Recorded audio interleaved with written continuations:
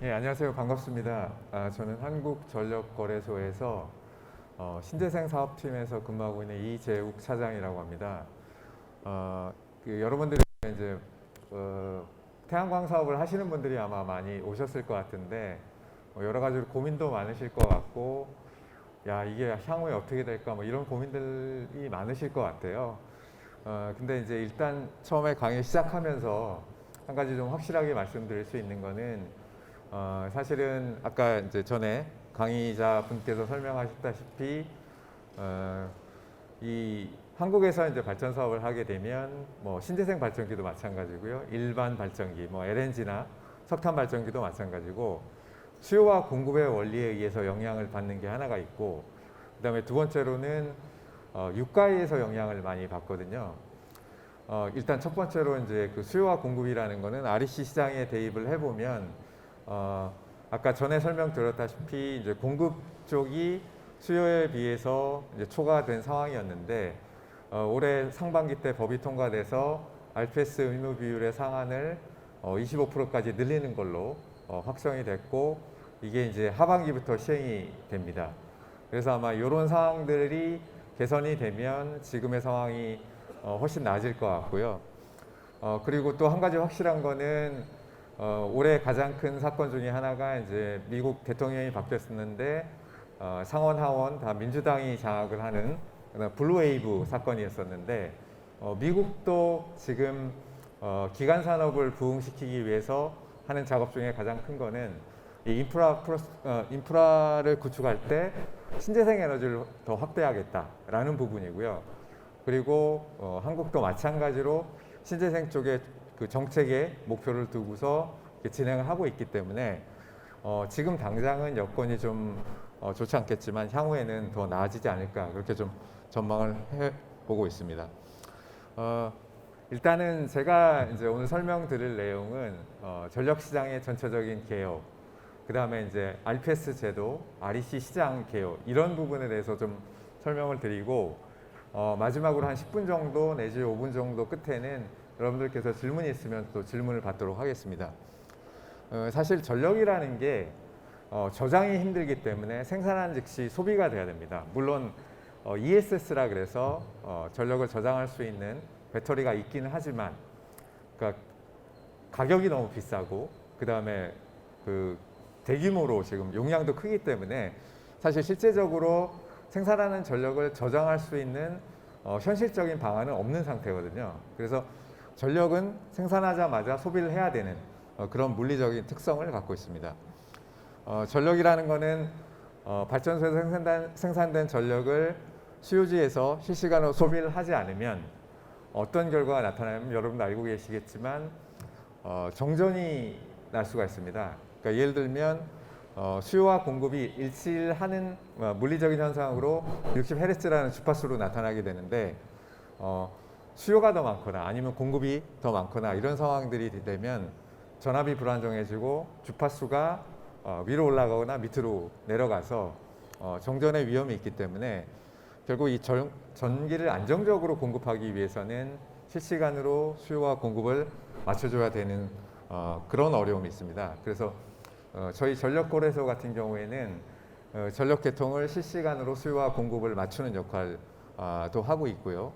물론 이제 그 신재생이 생산을 하면서 여러분들께서 알다시피 더 커브 현상이 생겨서 특히 봄이나 가을철에 낮 시간에 신재생 발전기들이 많이 발전을 하기 때문에 실제적으로 수요가 이렇게 밑으로 빠지는 현상이 저희가 일명 더 커브라고 하는데, 이런 현상들이 나타나고 있거든요. 그래서 이제 S&P 같은 경우에도 봄이나 가을철 같은 경우는 낮 시간대 좀 많이 낮아지는 그런 현상이 나타나고 있죠. 그 국내 전력 산업의 특징 중에 하나가 이제 변동비 반영 시장이거든요.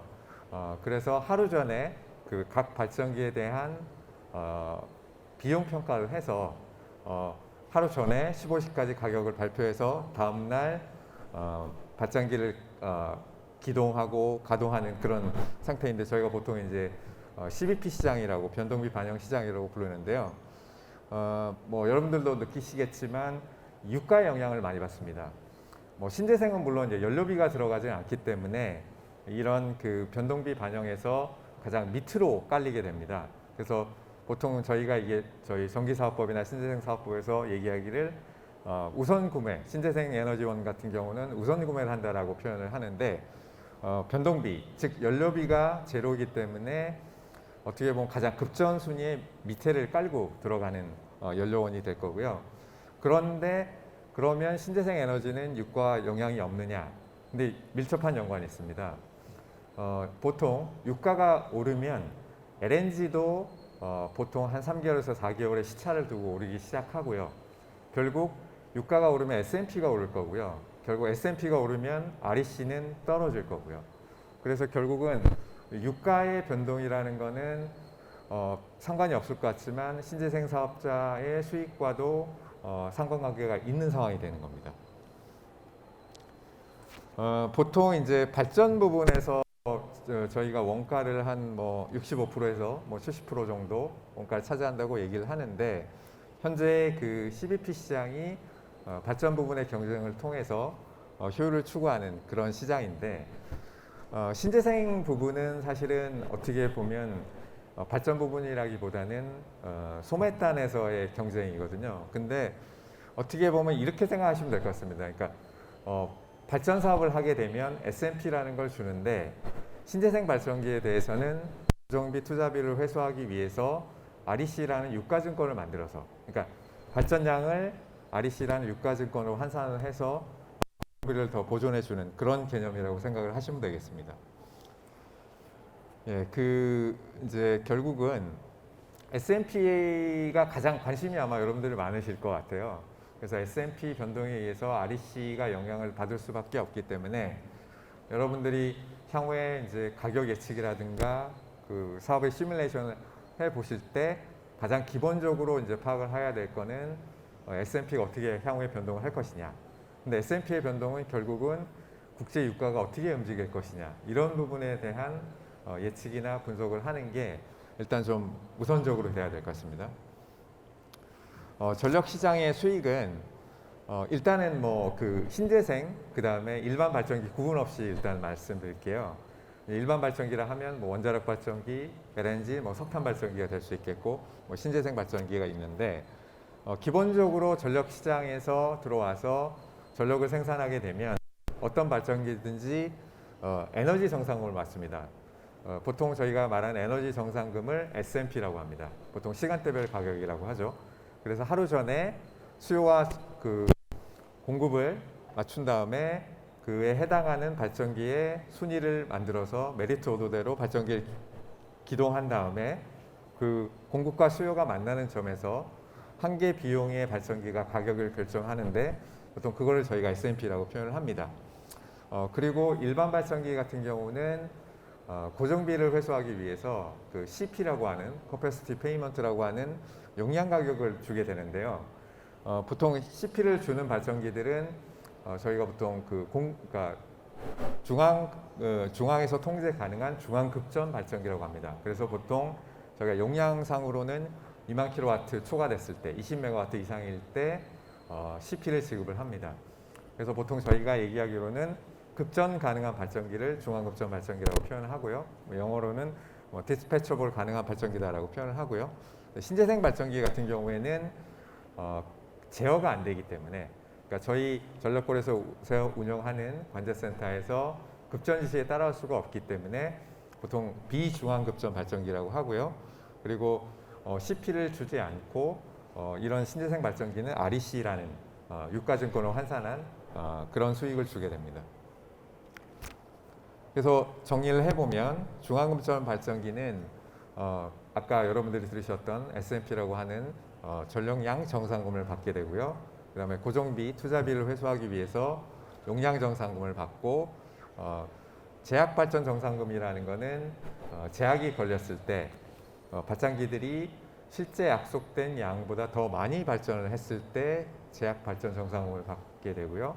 그리고 실제 원래 급전 계획에 들어 있었는데 제약이 걸려서 발전을 하지 못해서 기회비용에 손실을 입었을 때 받는 비용을 제약 비발전 정상금이라고 합니다.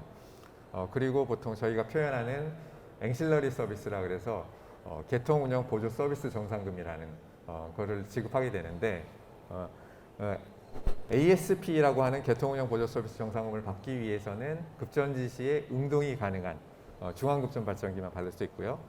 그다음에 비중앙급전 발전기 같은 경우는 전력량 정상금 SMP를 받고 거기에 더해서 REC라는 정상금을 받게 됩니다. 제가 서두에 좀 말씀드렸던 그 변동비 반영 시장, 저희가 이제 CBP라고 표현하는데 코스트 베이스드 풀이라고 하는 이 시장은 하루 전에 발전기들이 입찰을 해서 수요와 공급의 곡선에 의해서 가격을 결정하게 되는데 신재생 발전기 같은 경우는 입찰을 따로 하지 않거든요. 중앙급전 발전기가 아니라서. 그래서 이 신재생 발전기 같은 경우는 입찰량을 저희가 그 전주 실적값으로 반영을 합니다. 그래서 신재생 발전기는 아까 말씀드렸다시피 연료비가 제로이기 때문에 변동비가 0인 발전기이기 때문에 일주일 전에 예측치를 기본적으로 깔아서 들어가게 되고요. 그 다음에 석탄, 원자력, 석탄, LNG 발전기 이런 기타 발전기들은 입찰을 해서 하루 전에 수요와 공급 곡선을 통해서 가격을 결정하게 되고요.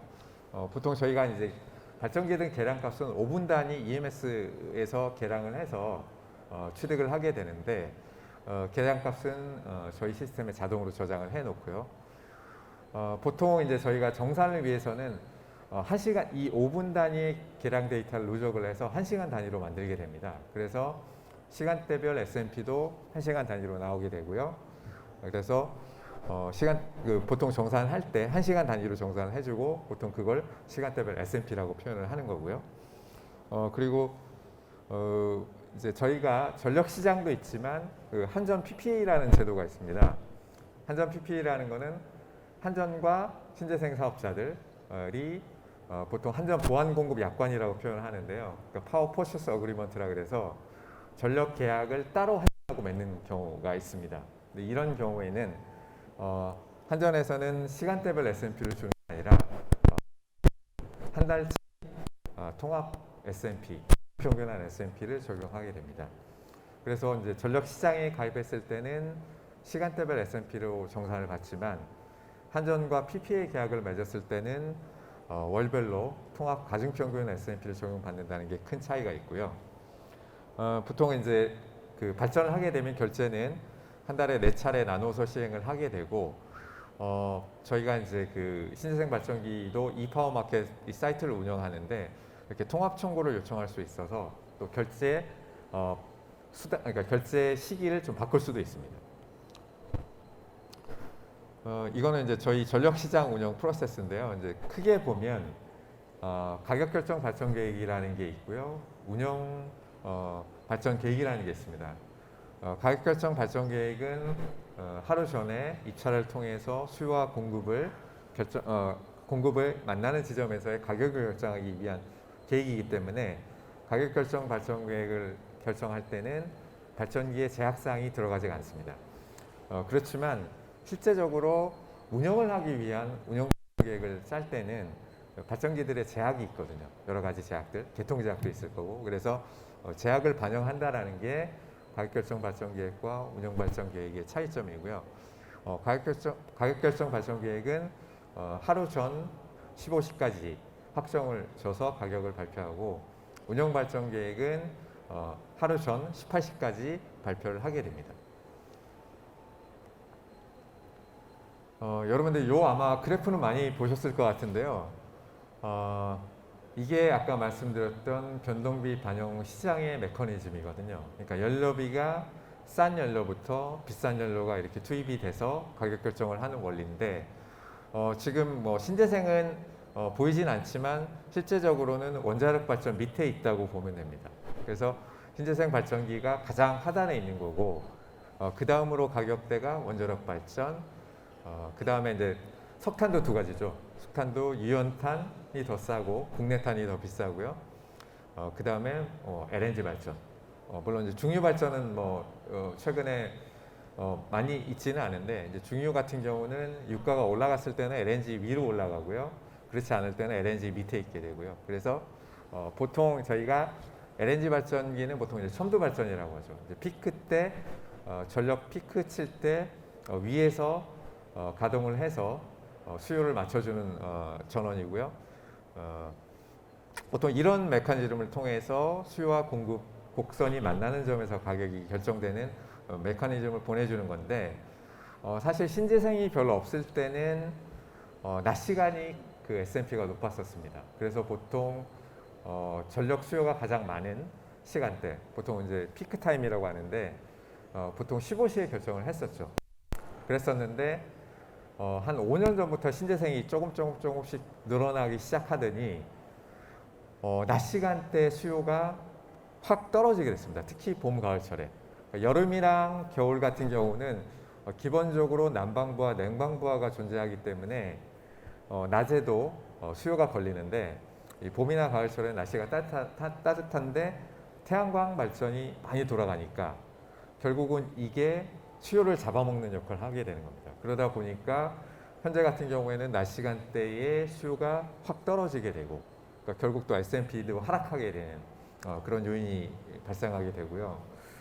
그리고 또 이제 보통 저희가 이제 태양광을 표현할 때 그 비하인드 미터라는 표현을 많이 쓰는데, 이 비하인드 미터라는 게 결국은 그 우리 소비자 측 배전단 뒤쪽에 있는 계량기라 그래서 태양광 발전기를 BTC라고 비하인드 미터 발전 전원이라고 하는데, 이 부분들이 참 저희도 어려운 게, 이 태양광 발전 부분들이 실시간으로 계량이 되면 좋은데, 그런 아직까지는 그렇게까지 지금 계량기들이 스마트 미터기로 설치가 되면 실시간으로 계량을 해서 예측이 가능할 텐데, 이 스마트 계량기 보급이 많이 아직까지는 안 돼 있기 때문에 이제 그런 부분에서 신재생 발전에 예측하는 데는 좀 어려움이 존재하고 있습니다.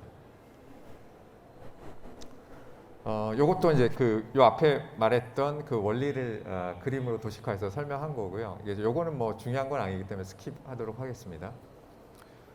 그래서 국내 전력 산업의 특징을 보면, 그러니까 이런 생각을 하셔야 될 것 같아요. 그러니까 앞으로 신규 발전기가 들어와야 되는데, 신규 발전기가 이제 기존의 전통 전원, 보통 기저 전원이라고 했던 발전기들이 많이 들어오기가 쉽지가 않은 상황이죠. 그러니까 보통 원자력, 석탄 이런 발전기들이 들어오긴 쉽지 않은 상황이고, 향후에 발전기가 들어온다고 하면 신재생이 많이 들어올 수밖에 없을 거고요. 그러면 신재생 발전기가 앞으로 많이 들어온다고 했을 때의 좀 어려운 난제 부분들은 아까 제가 전에 말씀드렸던 수요 예측하기가 힘들다라는 부분이 있을 거고요.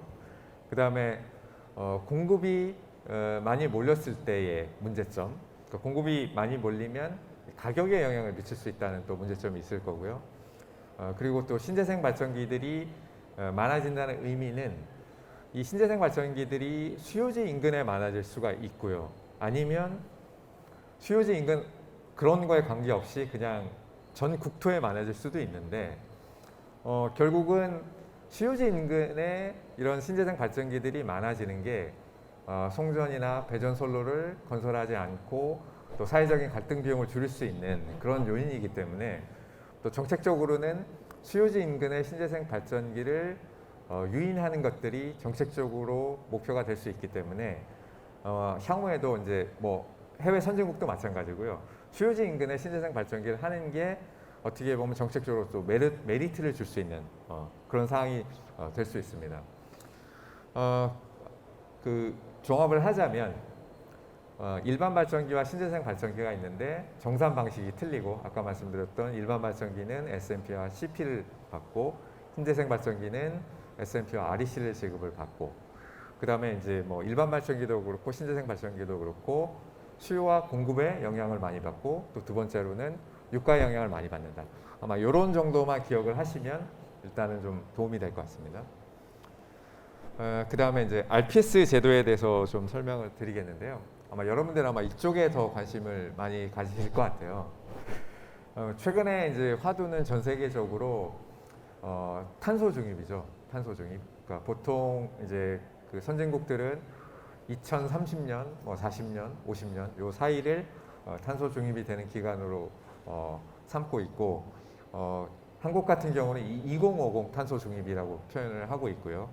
또 그리고 이 탄소 중립은 기후 온난화라든가 여러 가지 이슈들하고도 연계가 돼 있죠. 그래서 결국은 탄소 중립을 위해서는 신재생을 확대할 수밖에 없고, 또 그게 한국만의 이슈가 아니고 전 세계적인 글로벌 이슈라는 부분이 있을 수 있고요. 그리고 또 이런 이슈도 있습니다. 발전기에서 또 중요한 부분이 커패시티 팩터라는 얘기를 아마 들어보신 분들 있을 텐데, 아마 커패시티 팩터가 뭔지는 커패시티 팩터라고 들어보셨나요? 혹시 아시는 분 계시나요? 그 커패시티 팩터라는 게 이용률입니다. 한국말로 하면 이용률인데, 태양광, 풍력이 다 이용률이 있잖아요. 그런데 발전기는 이용률 1% 차이가 어마어마합니다. 수익과도 직결되고요. 그런데 보통 한국에서 태양광 이용률이 한 15% 정도 되는데, 외국 같은 경우에는 뭐 20%, 뭐 30% 이렇게 되는 나라들도 있고요. 이게 아마 일조량하고 관련이 있겠죠. 그 다음에 풍력 같은 경우에는 육상 풍력이 있고 해상 풍력이 있습니다. 근데 해상 풍력이 대체적으로 이용률이 더 높습니다. 왜냐하면 해상의 바람에 영향을 더 많이 받기 때문에. 그런데 이 해상 풍력이 발달되어 있는 북유럽 국가들, 영국이라든가 덴마크, 스페인 이런 국가들 같은 경우는 해상 풍력이 이용률이 40% 후반대, 거의 50%에 육박하거든요.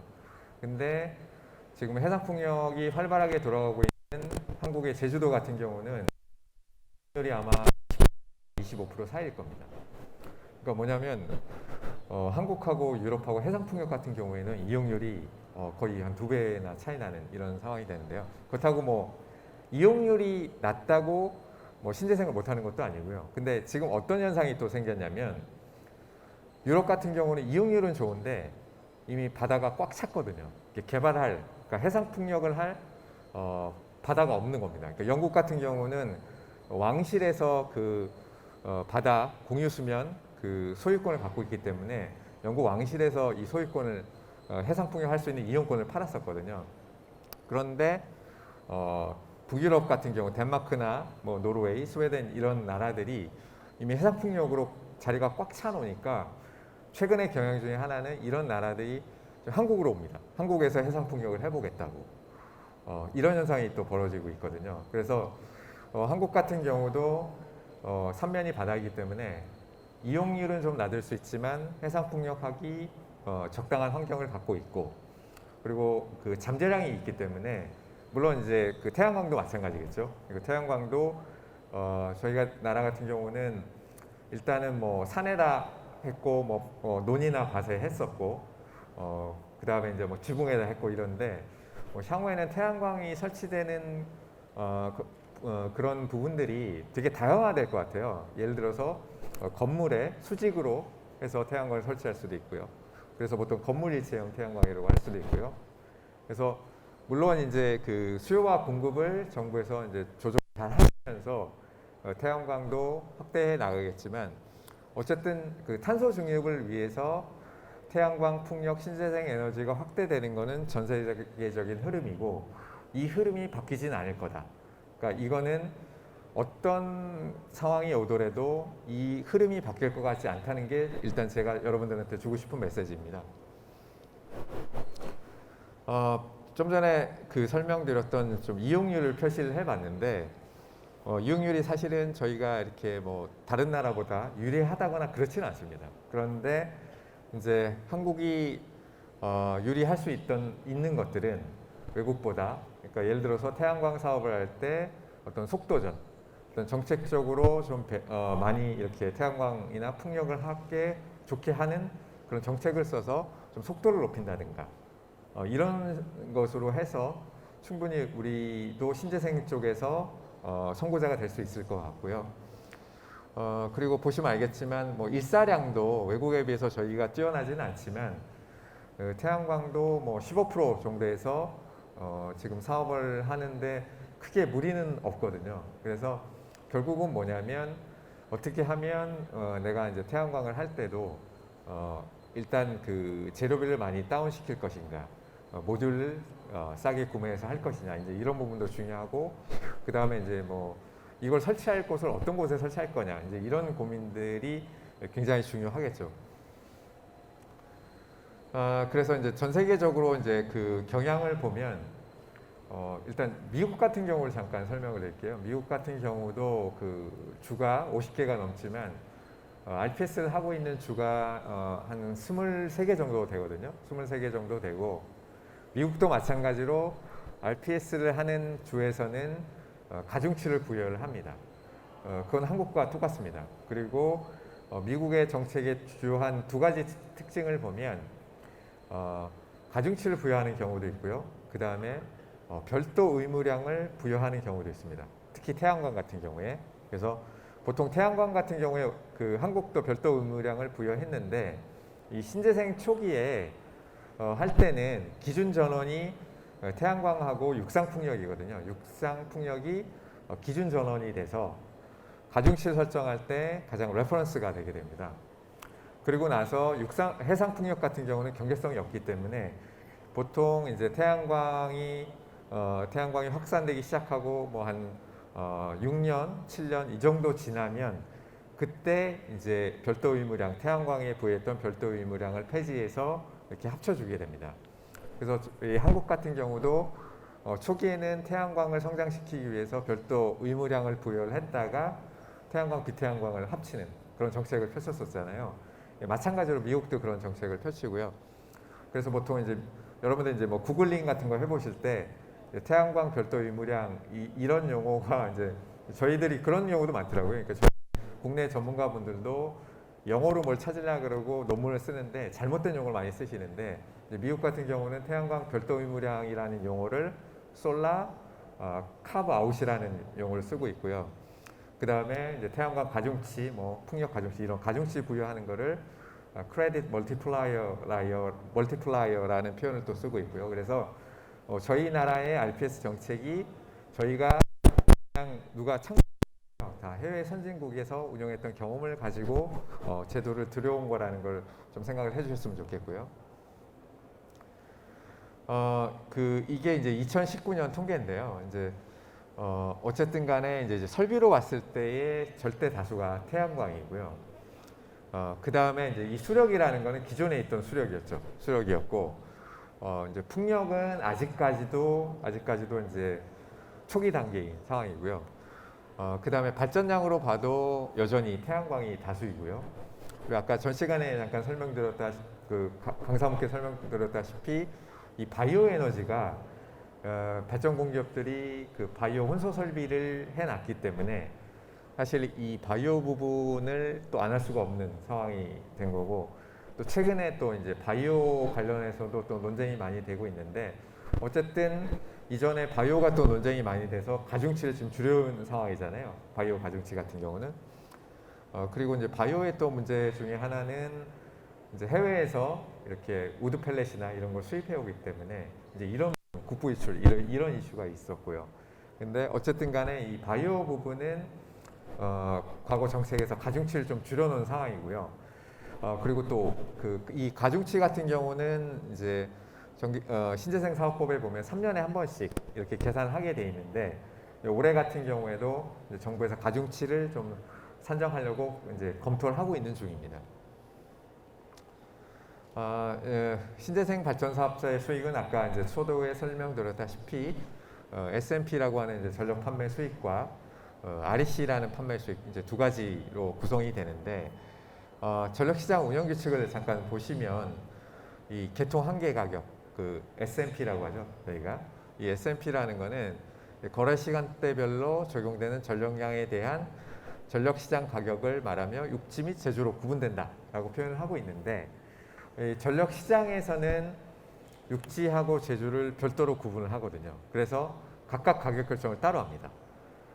그러니까 실제적으로 보면 육지하고 제조가 따로 돼 있고 연결된 게 아니고요. 근데 한전하고 PPA 계약을 하게 되면 한전 PPA 계약 쪽에서는 육지와 제조를 하나로 봅니다. 그렇기 때문에 한전 PPA에서는 S&P를 산정을 할 때 통합을 해서 산정을 하게 되는 거고요. 전력시장에서는 육지와 제조를 구분되어 있다라는 메커니즘으로 설계가 됐기 때문에 S&P도 육지와 제조를 따로따로 결정을 하게 됩니다. 그리고 REC 그 판매 수익은 보통 저희가 이제 일반적으로 표현을 할 때 1메가와트/아워의 전력을 생산하게 되면 1REC다라고 이제 일반적으로 표현을 하는데 REC 거래 수량 곱하기 판매 단가를 통해서 REC 판매 수익을 얻게 되는 거죠. 그리고 가중치가 있기 때문에 그 원별로 아니면 그 어느 위치에 그 재생에너지를 설치했냐에 따라서 사이트별로 이렇게 가중치가 틀리기 때문에 그 가중치를 또 곱해서 REC 수익을 얻을 수가 있고요. 그래서 이 두 개 비교표를 잠깐 보시면 전기사업법하고 이제 신재생 사업법에 보면 크게 아까 말씀드렸다시피 전력 시장에서 내가 전기를 생산해서 판매하는 케이스가 있을 거고요. 그 다음에 한전과 PPA 계약이라는 걸 통해서 한전에 판매를 하는 경우가 있을 수 있습니다. 그런데 여기서 이제 여러분이 아셔야 될 거는 이 두 가지 방법 중에서 규칙이 있습니다. 규칙이 뭐냐면 1메가와트 초과를 하게 되면 무조건 전력 시장에서만 생산한 전력을 팔 수가 있습니다. 이거는 전기사업법이기 때문에요. 그리고 1메가와트 이하면 이 두 가지 방법 중에 내가 하고 싶은 쪽으로 선택이 가능합니다. 네, 그래서 여러분들이 만약에 사업을 하시게 되면 이런 선택에 놓이게 됩니다. 왜냐하면 대부분의 태양광 사업을 하시게 되면 1메가와트 이상을 하긴 힘들거든요. 워낙 금액이 크기 때문에. 그래서 보통 많이 하시는 게 개인적으로 하시는 분들은 뭐 99kW 가중치 때문에 그렇게 되기 때문에 여러분들이 아마 태양광 사업을 하게 되면 전력 시장에서 판매를 할 거냐 아니면 한전하고 PPA 계약을 맺을 거냐 이 갈등에 놓이실 거고요. 그래서 일단은 가장 큰 차이는 전력 시장에서 판매를 하게 되면 시간대별 S&P로 받는다는 거, 그 다음에 한전과 PPA 계약을 맺으면 월 평균 S&P로 받는다는 거, 이게 가장 큰 차이고요. 그리고 조금 더 비교를 하겠습니다. 그 맨 위에 거는 일단 똑같고요. 약간 현실적인 이유로 들어가서 이제 비용 측면에서 좀 살펴보겠습니다. 일단 등록비를 보시면 어쨌든 뭐 그 등록비가 전력거래소가 전력시장을 의미하는 겁니다. 전력거래소에 회원을 가입하면 전력시장에 참여하는 걸로 보기 때문에요. 그래서 등록비 같은 경우는 크게 보면 뭐 20메가와트 이하는 없는 거고요. 그러니까 사실은 등록비가 소규모 사업자는 없다고 생각하시면 되고요. 그다음에 연회비 같은 경우도 마찬가지로 20메가와트 이하면 없습니다. 그래서 실질적으로는 등록비나 연회비는 소규모 사업자는 없는 거기 때문에 한전과 PPA 계약을 하든 전력시장에 참여하든 차이가 없고요. 계량기를 보면 전력시장에서 참여했을 때의 계량기가 더 정밀도가 높은 계량기가 되겠습니다. 그래서 보통 계량기가 0.5급, 1.0급이 있으면 저 수치가 낮은 게 계량기 정밀도가 더 높은 겁니다. 계량기 정밀도가 왜 높은 걸 사용하냐면 전력시장 같은 경우는 이파워 마켓을 통해서 계량값을 확인이 가능하거든요. 한전 같은 경우는 한 달에 한 번 수검침을 합니다. 그래야 알 수 있는 거고요. 그 차이 때문에 그렇고요. 그래서 전력시장에 가입을 하게 되면 0.5급 계량기를 쓰는데 내 계량값을 확인할 수 있다는 점은 되게 장점인데 한 가지 단점은 좀 계량기 가격이 비싸다는 거. 정밀도가 높기 때문에 그거고요. 그리고 한전 같은 경우는 한전의 PPA 공급 보안 약관에서 계약을 맺기 때문에 한전이 계량기를 설치하고 한 달에 한 번 수검침을 해가거든요. 그렇기 때문에 이 계량기 관련해서 비용은 한전이 낸다고 봐야 되고요. 전력시장 같은 경우에는 사업자가 부담을 한다 이렇게 생각을 하시면 될 것 같고요. 그래서 이제 당연히 계량이 정밀도가 높으니까 시간대별로 검침이 돼서 이파워 마켓에서 확인을 하실 수가 있고요. 그리고 이 계량은 결국은 통신으로 하는 거잖아요. 그래서 결국은 매달 통신비가 발생을 하고 한전은 해당 없음이라고 하는 거는 한전이라는 사업자가 계량기를 설치해주고 모든 걸 다 하기 때문에 이게 없다는 거고요. 그래서 그리고 또 한 가지는 전력시장에 가입을 하게 되면 이 거래 수수료라는 게 발생을 합니다. 그래서 킬로와트아워당 0.0985원이 발생을 하기 때문에 여러분들이 이런 걸 알고 내가 사업을 할 때 전력시장에 가입을 할 거냐 아니면 한전 PPA 계약을 맺을 거냐 이런 의사결정을 하셔야 될 것 같습니다. 그 RPS 의무 공급 비율 잠깐 보여드리겠는데요. 여기 잠깐 오타가 있는데 그 20년에는 7%입니다. 그러니까 20년에는 7%고요. 21년도에 9%, 2%가 올랐고요. 원래 계획은 22년, 23년 10% 이렇게까지만 나와 있었는데 올해 상반기에 그 국회에서 법이 통과돼서 2030년까지 25%의 의무 비율 높이는 걸로 법이 통과됐고 보통 이제 법이 통과되면 그 몇 개월 후에 시행된다라는 경과 규정이 있거든요. 그래서 요 법의 시행일은 10월부터 시행이 될 겁니다. 그래서 2030년까지 25%의 RPS 의무 비율이 되는 거고요. 그러면 결국 뭐냐면 수요가 올라가는 겁니다. 21년도에는 9%의 RPS 수요가 있지만 30년까지는 25%까지 수요가 올라간다는 거고요. 근데 이제 정부에서도 아마 이런 게 고민일 텐데 그러면 현재 9%에서 22, 23, 10%에서 이걸 올라가는 비율을 어떻게 올릴 거냐? 그러니까 스무스하게 리니어하게 올릴 거냐 아니면 급격하게 올릴 거냐? 이제 이런 부분이 다 수요와 공급의 밸런싱을 맞추는 과정이기 때문에 무조건 의무 이행 비율을 높게 가는 게 좋은 건 아니거든요. 그러니까 수요와 공급이 밸런스가 맞아야지 어느 한쪽이 높고 낮고 이렇게 되는 거는 결국은 좋은 현상이 아니거든요. 그래서 결국 정부 측에서 이제 그런 고민을 올해 많이 하실 것 같고 이 법의 시행일이 하여튼 10월이기 때문에 아마 10월 이후에는 이제 의무 비율을 어떻게 할 건지 그런 부분들도 아마 이제 뭐 공청회도 하고 여러 가지 아마 그런 과정을 거칠 것 같습니다. 그리고 올해 기준으로 이제 RPS 공급 의무사, 그러니까 신재생 발전 사업자한테 REC를 되는 의무지는 공급 의무자 수가 23개사고요. 한전발전회사가 6개사가 있고 민간이 15개, 한수원 같은 공공기관, 한국수력원자력 같은 공공기관이 2개가 있습니다. 그리고 올해 의무 공급 양은 4,700만 REC 정도가 되고요. 그리고 신재생 사업자 지금 회원수가 작년 말 기준으로 한 6만 8천 정도 됩니다. 지금 아마 7만 넘었을 겁니다. 전력 시장이 2001년도에 시작을 했거든요. 그런데 회원사 수가 6천이 넘었거든요. 근데 이 RPS가 12년도에 시작을 했는데 지금 회원수가 현재 기준 7만이 넘었거든요. 그러니까 굉장히 좀 많이 속도가 빠른 편입니다. 이거는 이제 그 RPS 공급의무사를 그룹 1과 그룹 2로 나눈 건데 그룹 1이 이제 발전 공기업이고요. 이제 그룹 2가 그 외의 회사들, 민간과 공공기관들로 구성되어 있는데 이 그룹 1의 회사들이 구매하는 RPS 의무량이 금액도 그렇고요, 양도 그렇고 전체의 한 78% 정도에 육박합니다.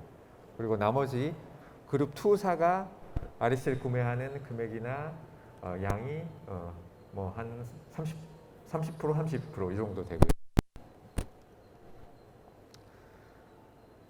그리고 여러분들이 좀 REC에 대해서 좀 아셔야 되는 게 이 REC라는 게 유가증권이다 보니까 그러니까 뭐 주식 같은 경우는 그 회사가 상장 폐지를 하게 되면 주식이 휴지 쪽으로 되는데 공급인증서는 그런 건 없지만 REC 같은 경우는 유효기간이 3년입니다.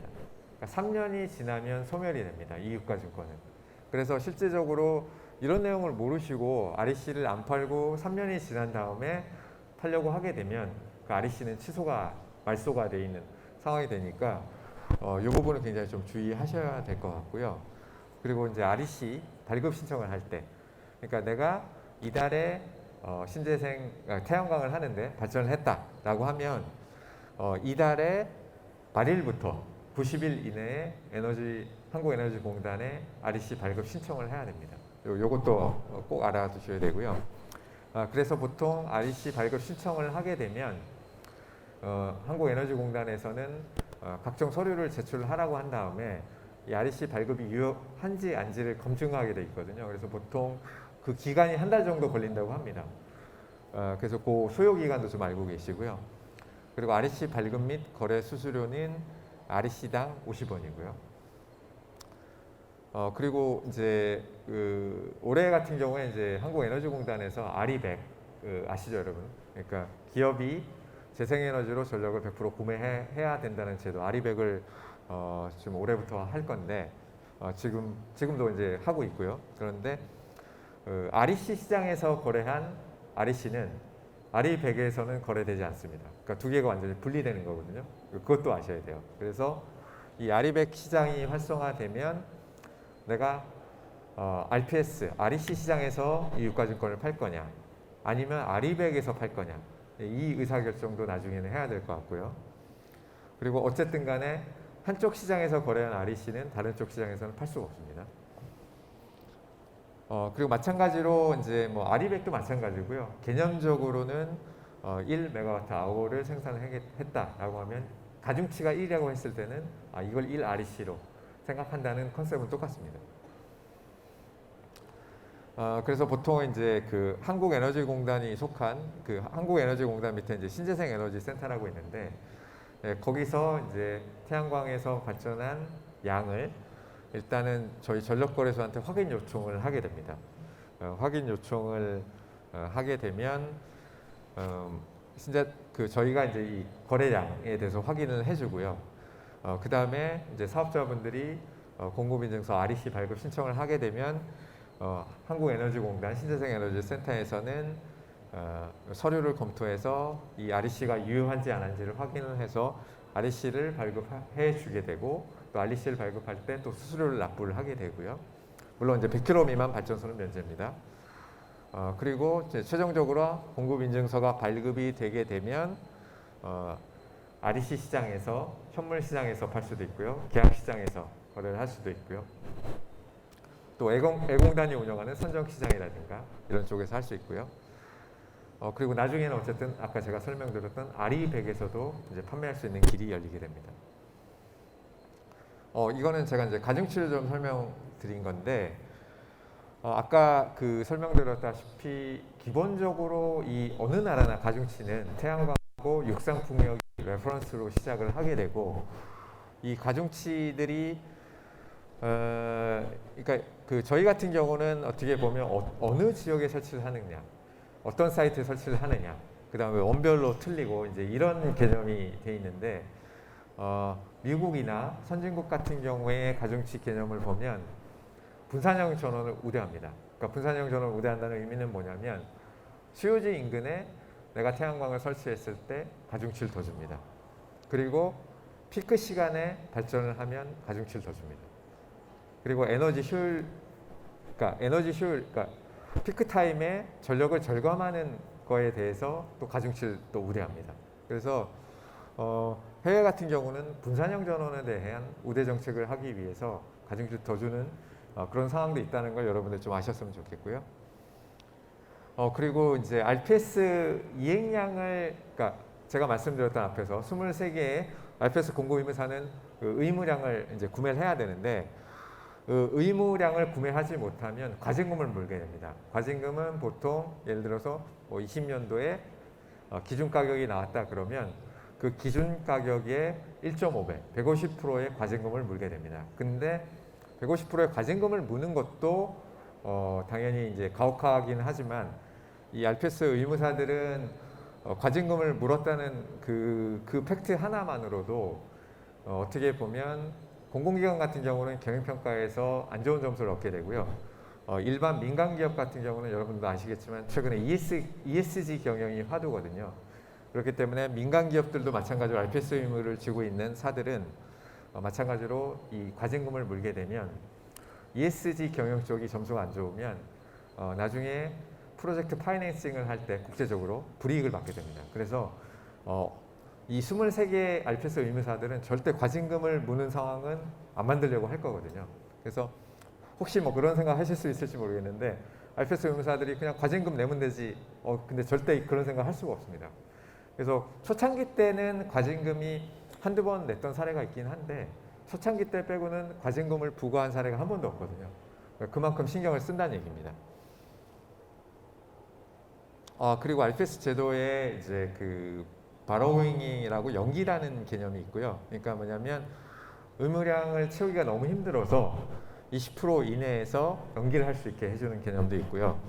그 다음에 뱅킹이라 그래서 미리 비축을 해놨다가 내년, 내후년, 그러니까 REC 유효기간이 3년이기 때문에 그 3년 안에 이 REC를 비축해놨다가 의무 이행량으로 제출할 수 있는 그런 제도도 있습니다. 그래서 이 RPS 메커니즘을 총괄적으로 정리를 한 건데요. 이 RPS 메커니즘은 아까 말씀드렸다시피 이제 그 신재생 발전기에서 생산해낸 전력량을 공급인증서라는 거로 발급받기 위해서 신청을 한 이후에 그래서 REC를 발급받게 되면 전력거래소가 운영하는 현물시장 또는 RPS 공급의무사와 계약을 맺거나 이런 방식을 통해서 이 REC 거래를 할 수가 있습니다. 이 공급의무사는 신재생 발전 사업자한테 REC를 구매한 다음 이 이행 비용을 전기요금에서 보존을 받게 됩니다. 이런 메커니즘으로 흘러가고 있습니다. 여러분들 나중에 이거 유튜브로 강의가 올라가니까요. 굳이 뭐 찍으셔도 될 것 같습니다. 그래서 이 RPS 그 의무 공급 이행량을 하는 방법이 요 그림을 보시면 나와 있는데 한국에너지공단에서 하는 거는 이제 가장 큰 것들이 태양광 중에 보통 저희가 선정이라고 표현하죠. 선정 입찰이라고. 그래서 상반기 한 번, 하반기 한 번에서 고정가격 경쟁 입찰을 하고 그다음에 연중으로 소형 태양광, 한국형 FIT라고 하죠. 이런 제도가 있고요. 그다음에 태양광, 비태양광 공유할 수 있는 제도로는 발전 공격, RPS 공급사들과 계약을 맺는 계약시장, 아니면 전력거래소가 운영하는 현물시장. 그 마지막 이거는 이제 사업자분들과는 상관이 없는 건데 RPS 공급 의무사들이 자체적으로 신재생 발전기를 건설해서 REC를 수확하는 이런 방법들이 있습니다. 예, 지금까지 사실은 이제 이거를 한 시간에 하기는 좀 힘든 건데 좀 축약을 해서 여러분들이 좀 이렇게 정리해 들으시라고 강의를 드렸고 혹시 뭐 하나 있으면 받겠습니다. 궁금하신 게 있으면 없으신가요? 예, 경청해 주셔서 감사합니다. 예. 네, 고맙습니다. 지금까지 전력거에서 이재용